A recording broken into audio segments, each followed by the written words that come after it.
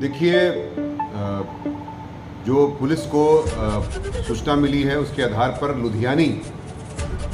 थाना बकेवर जनपद इटावा में 3 लड़कियां चली गई थी एक साथ। तो सबसे महत्वपूर्ण बात उनका पता चल गया है और हमारी टीम उनको लेने भी गई है और टीम के कब्जे में तीनों बच्चियां आ गई हैं और महिला सिपाही वगैरह उनके साथ हैं और वो लेके उनको चल दी हैं लेकर के और जल्दी ही हमारे जनपद में पहुंच जाएंगे उसको लेकर के। सबसे महत्वपूर्ण बात इसमें मैं ये कहना चाहूँगा कि इसमें ऑपरेशन दृष्टि का बड़ा इम्पैक्ट रहा है। इसमें जहाँ जहाँ से फुटेज हमने गांव-गांव में जो लगवाया है, शासन के निर्देशों के क्रम में, हमारे डीजीपी सर के निर्देशों के क्रम में जहाँ जहाँ कैमरे लगे थे, उस कैमरे का इस्तेमाल करके ऑपरेशन दृष्टि के तहत हमने बकेवर से लेकर लुधियानी से लेकर शहर इटावा तथा विभिन्न स्थान जहाँ टेम्पो मिलते हैं, जहाँ टेम्पो पकड़े जाते हैं, स्टेशन में जाने वाला, बस अड्डा जाने वाला,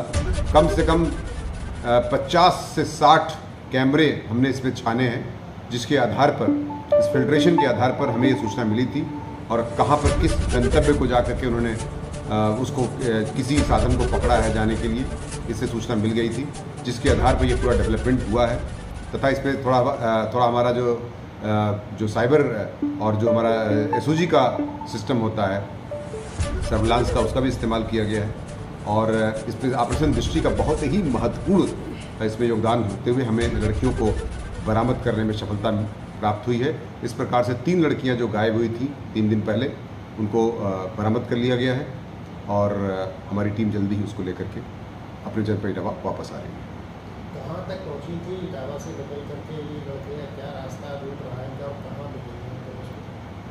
इन्होंने यहाँ से बस से मथुरा